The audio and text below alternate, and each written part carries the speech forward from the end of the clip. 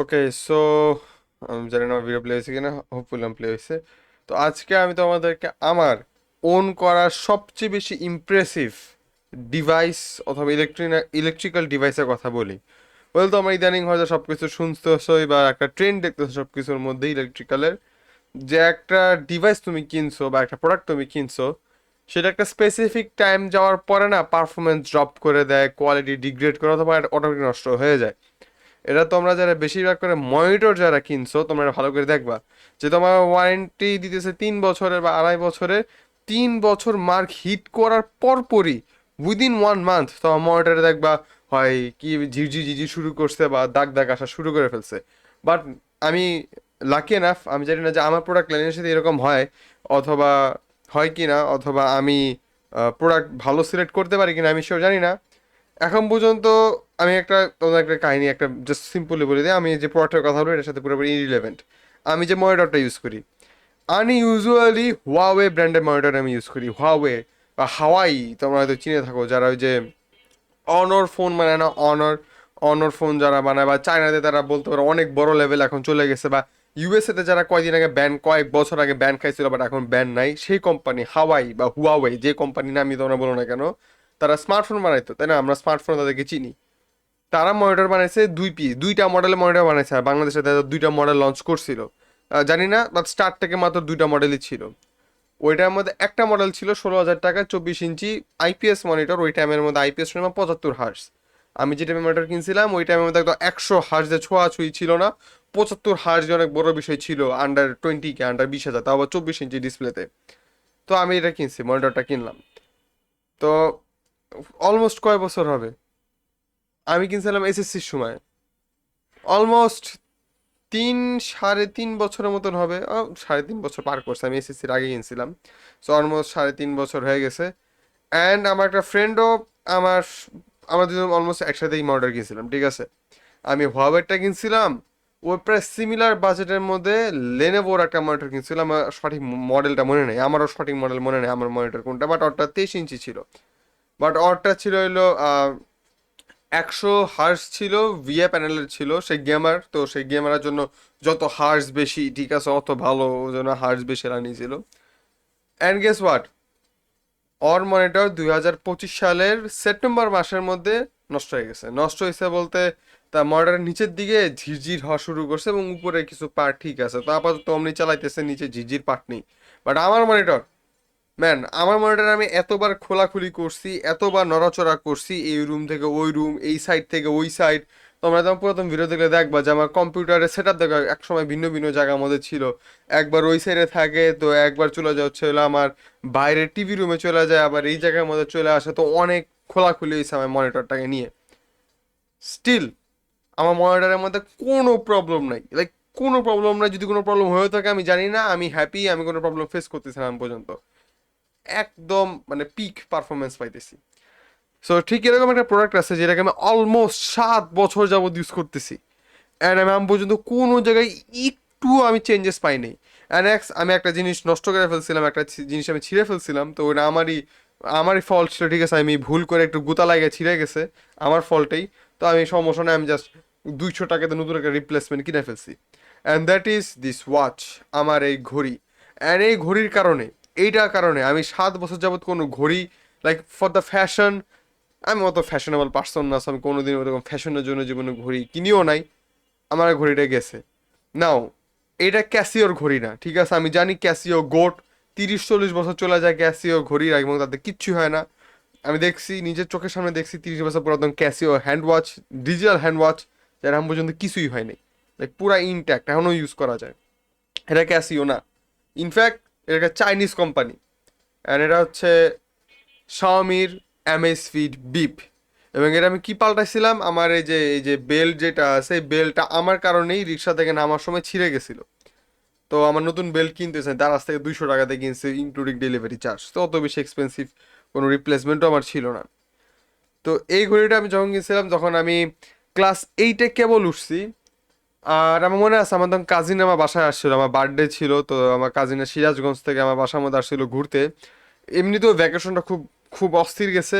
তার উপরে আমার অনেক দিনের ইচ্ছা ছিল একটা ভালো একটা ঘড়ি ইউজ করবো বা এই ঘড়িটা ইউজ করব।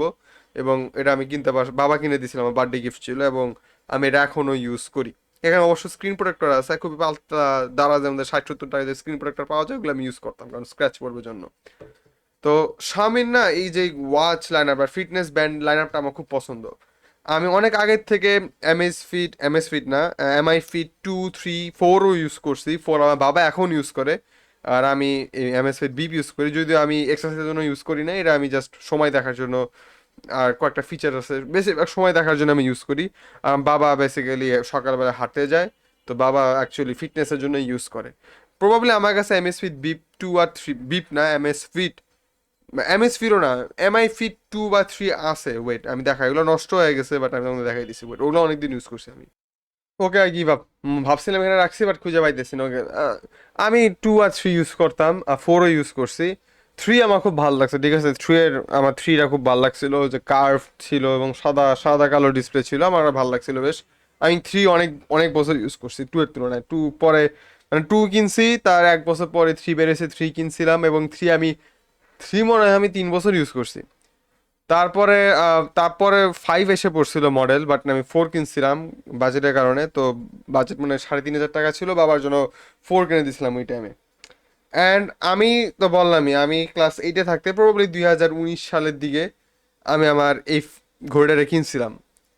অ্যান্ড 7 বছর চলে গেছে, কোনো সমস্যাই নেই। ব্যাটারি পারফরমেন্সও একদম তাগড়া। আমি জানি না লাস্ট কবে আমি চার্জ করছি, যদিও আমি অলমোস্ট রেগুলারলি চার্জ দিই, কারণ আমার চার্জার আমার পিসির নিচে, মানে একদম মনিটরের নিচে রাখা, চোখের সামনে চার্জার রাখা। তো আমি ভার্সিটি থেকে এসে আমি আমার ঘড়িটাকে চার্জ দিয়ে দিই।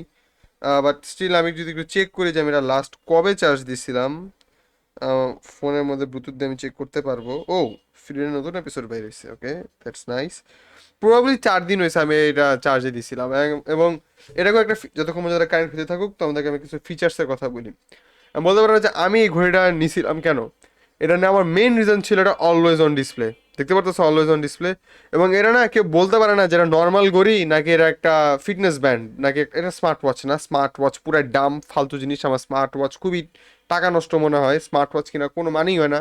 আমার মনে হয় যে এইটা ছিল একদম পারফেক্ট ব্যালেন্স। নর্মাল ঘড়ির মতন দেখতে, নর্মাল ঘড়ির মতনই ফাংশনালিটি আছে, যে অলওয়েজ অন ডিসপ্লে, এবং আমি একটা স্ক্রিন ওয়ালপেপার পাল্টানো যায়, আমি এই স্ক্রিনটা দিয়ে রাখতাম। কেউ বুঝতোই না যে এটা একটা নর্মাল ঘড়ি, ঠিক আছে। আমি স্কুল কলেজে পড়ে গেছি, সরকারি পরীক্ষাতে নিয়ে যাইনি, ঠিক আছে, বোকামি করো না। সরকারি পরীক্ষার মধ্যে আমি অ্যানালগ ঘড়ি নিয়ে গেছিলাম, ডিজিটাল ঘড়িও নিই, অ্যানালগ ঘড়ি নিয়ে গেছিলাম। কারণ অনেক অনেক বুড়া মানুষ আছে, বুঝছো, মানে একটু বুঝে নাই, সব অনেক ঝামেলা করে। স্মার্ট ওয়াচ বাদ দাও, ওদের ডিজিটাল ওয়াচ আনলেও সমস্যা। তো আমি যদি তোমাদেরকে আর এটা ওয়াচ ফেস পাল্টানো যায়, ঠিক আছে। তো এই ওয়াচ ফেসটা আমার কাছে খুব সুন্দর লাগতো আগে, বাট আমি ইউজ করতে পারতাম না, কারণ আমার আমি স্কুলের মধ্যে পড়তাম, 8, 9, 10, সেই জায়গার মধ্যে এরকম ফিটনেস ব্যান্ড বা স্মার্ট টাইপের ডিভাইস ইউজ করা যেত না। বাট আমি ওই যে ওই ওয়ালপেপারটা লাগে আমি এটা ইউজ করতে পারতাম। অ্যান্ড বাই দ্য ওয়ে, এখানে চিটিং টিটিং করা যায় না, এখানে কোনো স্পিকার নাই পুরো ইয়ার মধ্যে, ইউনিটের মধ্যে খালি ভাইব্রেশন মোটর আছে, যেটা তো নোটিফাই করার জন্য ভাইব্রেট করে, এতটুকুই জাস্ট, আর কোনো কিচ্ছু না এটার মধ্যে। প্রবাবলি আমার ফোনের সাথে কানেক্টেড হয়ে গেছে, আমি দেখতে পারবো যে আমি লাস্ট কবে চার্জ দিছিলাম। ওই ডাটা সিঙ্ক করতেছে, ওকে, আমি অনেকদিন যাবত ফোনে কানেক্টও করি না। ওকে, করতে থাকুক, এতক্ষণ তোমাদের একটা ফিচার্সের কথা বলি। এখন এই অলওয়েজ অন ডিসপ্লের কারণে আমি মধ্যে এটা কিনছিলাম। অ্যান্ড এটা ব্যাটারি লাইফ এখনো ডিগ্রেড করে নাই। আমি অলমোস্ট 2-3 সপ্তাহের মতন ব্যাকআপ পাই এই ঘড়ি দিয়ে, মানে 2-3 সপ্তাহ অলওয়েজ অন ডিসপ্লে সহই পেয়ে যাবে। অলওয়েজ অন ডিসপ্লে অফও করা যায় না, করা গেলাম জানি না কেমন অফ করে। অলওয়েজ অন ডিসপ্লে আমি ইউজ করতাম, একটা 2-3টা রিমাইন্ডারও আছে। আমার ভার্সিটির মানে ক্লাস শেষ হলে ভাইব্রেট করে, বা শুরু হলে ভাইব্রেট করে, এটা অ্যাজ আ রিমাইন্ডার হিসাবে যাবে ক্লাস শেষ হয়েছে, ক্লাস শুরু হয়েছে ওটার জন্য। সো ওই রকম দেওয়া আছে, আর কোনো কিছু দেওয়া নাই। তোমরা বুঝতে পারতেছো এরা এই টেকনোলজি মানে অলমোস্ট অলমোস্ট কত অলমোস্ট 7 বছর হয়ে গেছে, কোনো কোনো কোনো ইস্যুই পাই না এটার মধ্যে। আমি এমন না যে আমি এটা খুব তুলার মধ্যে নিয়ে রাখি, এটা নিয়ে আমি পাবলিক বাসে টাসে উঠি, গুতা টুতা খাই একটা একটা জায়গার মধ্যে, এবং কোনো সমস্যা টমস্যা হয় নাই আমার ক্ষেত্রে। 1-2 বার পুরেও গেছিলো, খুবই লাইট এবং 100% স্যাটিসফাইড। আমি আমার লাইফে যতগুলো টেক প্রোডাক্ট কিনছি সবগুলোর মধ্যে এটাতে আমি 100% স্যাটিসফাইড। 5,000 টাকা লাগছিল ওই সময় কিনতে, 2017 বা 17 না 19 সালে কিনতে। And worth it, 100% worth it. আমি নতুন ঘড়ি কেনার সুযোগই পাইনি, কারণ এই ঘড়ি কোনোদিন নষ্টই হয়নি। আমি কোনোদিন আসলে একটা প্রোডাক্ট নষ্ট না হলে আমি সেটা রিপ্লেস করি না। রিজন দিতেছে ওয়াই ক্যান রিপ্লেস করবো, রাইট, এত কিছু তো একসাথে রাখা লাভ নাই। যদি না কোনো অনেক বড় কোনো একটা আপডেট নিয়ে আসে, যেরকম রিসেন্ট আমি যেটা করছি সেটা হচ্ছে আমি একটা মাউস কিনছিলাম। তো আমার আগের মাউস ছিল এইটাই এবং এটা ঠিক আছে, এখনো কোনো সমস্যা হয় নাই। বাট আমি একটা নতুন মাউস কিনছি বিকজ এইটার থেকে এটা আপগ্রেড হাজার গুণে ভালো ছিল। আমার এই মাউস ইউজ করার কারণে এই মাউস খুবই ছোট, ঠিক আছে, আমার হাত নর্মাল সাইজের থেকে একটু বড় হাত, তো এটা একটু ছোট, যার কারণে আমার হাতের জায়গায় যে কালো স্পট হয়ে গেছিল এই জায়গাটার মধ্যে খুবই ওভারওয়েলন একটা স্পট, কারণ এটা খুবই ছোট ছিল, আনকমফোর্টেবল, হাত ব্যথা করতো আমার এটা দিয়ে।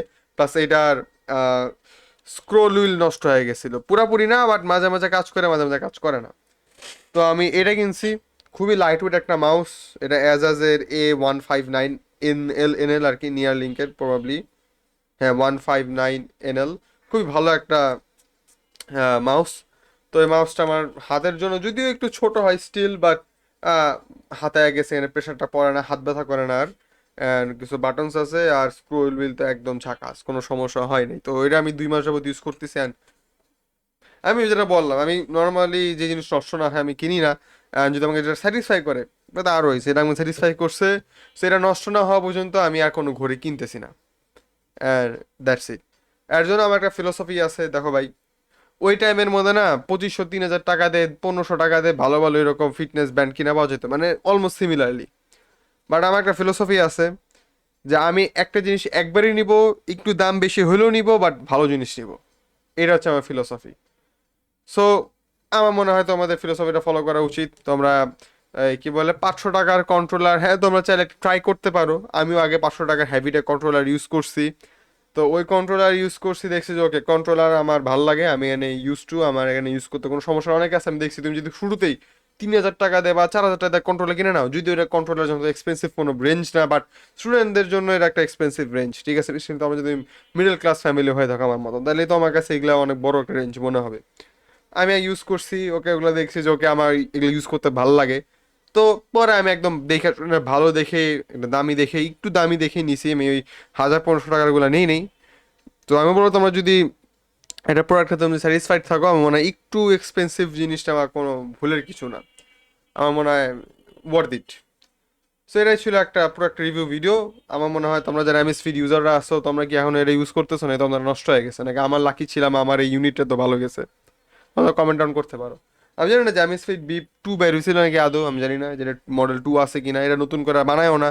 আর এই যে ভাই অলওয়েজ অন ডিসপ্লে, অ্যান্ড এটা এটা জানি কি ডিসপ্লে বলে, আমি শুনছি যে ডিসপ্লে কোয়ালিটি একদম মানে পিক না, বাট যখন এটা অলওয়েজ অন হিসাবে থাকে না, এটা একদম নর্মাল ঘড়ির মতন ইউজ করে। দেখো আমি যদি এখানে হাত দিয়ে রাখি, যদি আমি এটাকে অন্ধকার করে রাখি না, তোমরা কিছু দেখতে পারবা না। আই মিন এখন বাটনে ক্লিক লেগে অন হয়ে গেছে, বাট তোমরা কিছু দেখতে পারবা না, এটা নর্মাল ঘড়ির মতনই এই ডিসপ্লেটা কাজ করে।